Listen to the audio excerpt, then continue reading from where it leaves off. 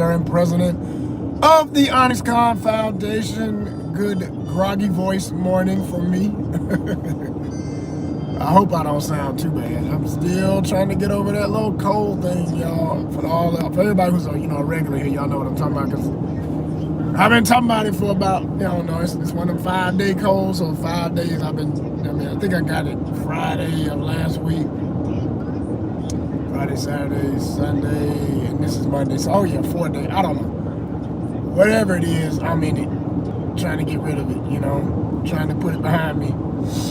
And I'm better. I'm definitely better. It's just still got that nasally situation going on. But anyway, I told y'all yesterday in a live that I was going to be out here early as hell in the morning going to set. Y'all can't tell y'all nothing about what it is or nothing like that. But yeah, I'm going to a movie set, working in the biz, living the life, living the dream, as they say, right? And I do not like getting up this kind of early for nothing. It don't make much sense to me, but I'm doing what I got to do because it is the schedule. So there it is. I'll be happy when I finally get my check. Then it'll all make sense when I pay some bills with it. You know what I mean? And all the cons aside, the pro is being on set is always a reward. Just it's a privilege, quite frankly, to work in a biz that allows you to do a creative process, be a part of a creative process, and build with other people who respect and understand that. Because I always meet people I'm supposed to know, and I already met a really cool couple of people that I needed to know from going to this particular one. So there's always a reward. It's nothing. And when you really add it all up, it always makes sense to take the sacrifice of getting up early. I ain't gonna say of getting sick, because I don't think there's ever no reason to be out here getting sick. And the only reason I'm sick is people on set, man. A lot of people like to smoke. They smoke cigarettes. I don't smoke that bullshit. I hate it. It messes with my lungs. It messes with everything. And if I get too many whiffs of secondhand, I know exactly why I got this little quick virus, I know exactly why. So, ain't no mystery. But, if you can dodge that stuff somehow, some way, and maintain, and, like I say, this is the life, because you will meet people you're supposed to meet. You will be able to create some new opportunities if you stay in touch with the right people long enough. Somebody remembers you and they know you're a serious actor and they hire you for something they're doing independently. Or I do, PA work. They observe how you act on set. They come up to you later, hey, we might have some work for you, Joseph. Oh yeah, what's up? Turn it to a new opportunity. So it's that kind of business. It's just that kind of thing. It's all about connections. And you can only make those connections if you're there. You can't be in your house. You can't be talking about it. You got to be about it. You got to be out there in the field. You got to be on set, mixing and mingling with the people. The only reason I became a PA and had done enough of that to claim that is a guy who was a PA that I knew for years, literally since the beginning of my acting career, had observed my energy, knew that I was, on point, and I can't even remember what I saw him on, but I know he had become an AD, which means you're moving up in that department. The AD department is the department that PAs work under. So if you get in good with a good AD and they like you, that's how you're going to get hired, because they're going to call you and be like, hey, man, we need some more PAs on this. And that's what happened. He was like, you said you wanted to try doing PA? I got something for you. You available? I was like, yeah. I came in for my first day of work. It was just for them. And real quick,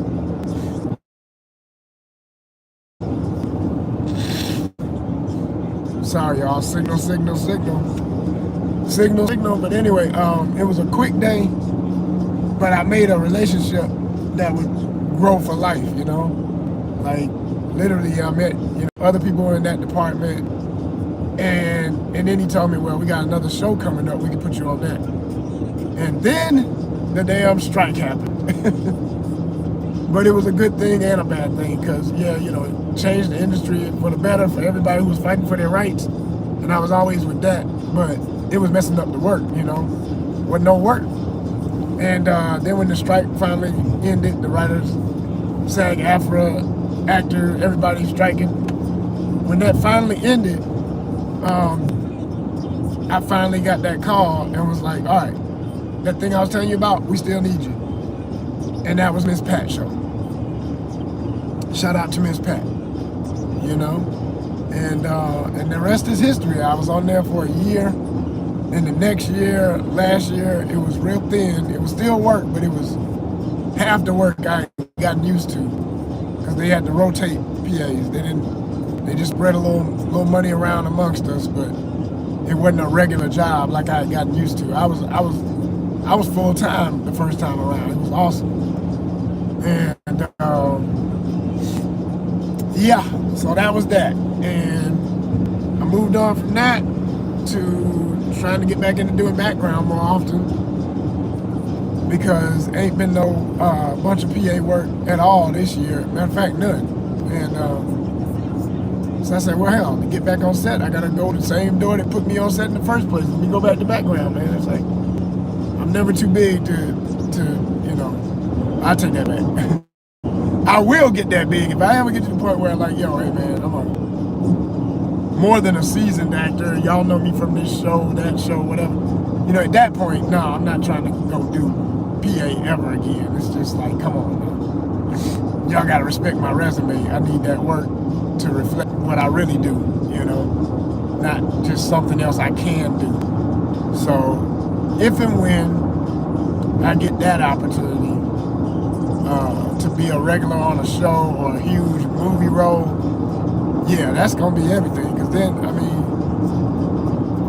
I mean, I've always said, like, some people, a few tens of thousands ain't no money to them. To me, that's a damn launch pad. Like, I had a friend, I still have a friend, I just ain't seen him in a while, that told me they had an opportunity on a movie where they didn't even have really lines, but they have a certain presence that you gotta buy because there's only been a few people that he's a real big dude. So when they need guys that look like him, they pay more because they know, hey, physically it's hard to get these kind of dudes, 6'5", 300 some pounds, NFL player type, gigantic athlete type, he's one of them. And he had a he told me about, he said, he ain't had no words, but because he's featured as a bodyguard for a main character that's a celebrity that everybody knows, he got 60,000. Yeah, you heard me right. 60,000. Now that's non-speaking. Insane. Now that don't happen a lot either. He said that was a special opportunity on a very unique movie situation for the budget they had. So it was something to do with scale, and because of the level of stars that were on it, they were getting all this crazy money, so everybody under them were still getting damn decent to amazing money. And he fell right up in there with that amazing, And so, I mean, for me, every time I think about that, it inspires me because I'm like, it may not be 60, but shit, if you can get 50, whatever, like, that kind of money, man, a whole salary, a person's whole year salary from usually no more than 3 months of your life, that's amazing. And you ain't even there every day. It's like you only gonna come when you got something to do, like they got you on the script, you're in that scene. If you're not, but the best thing about that world, like if you were struggling money-wise and all that, it depends on the set. But I've heard people say like, yeah, man, I could go to set even on days I wasn't there, mix and mingle, you know, build rapport with people I'm trying to get to know. So you go hang out with your favorite director, you go hang out with whoever, and they're like, you working today? No, man, I'm just here to hang out with y'all, man. I want to, you know, this is people who are on this movie. I'll never have this kind of collective again. Let me just be here and shadow y'all, you know. Oh, cool, man, yeah. And it's real like that. Like, yeah, okay, cool, yeah, cool. Typically, it's like that. And then you get to eat. Like, you ain't even got to pay for food. You're going to be there. You're going to eat whatever they eat because you're in the cast. You know, so, man, what? It's a life when you get it, when it finally happens, you know. But you got to get it rolling. You got to get it where you get that respect where you're not always looking for the next thing. You know what next thing is coming or might come. And even when it's a might, there's a bunch of big maybes. And one of them going to always pay you. Like somebody going to call. That's the way you want to live that life. You know?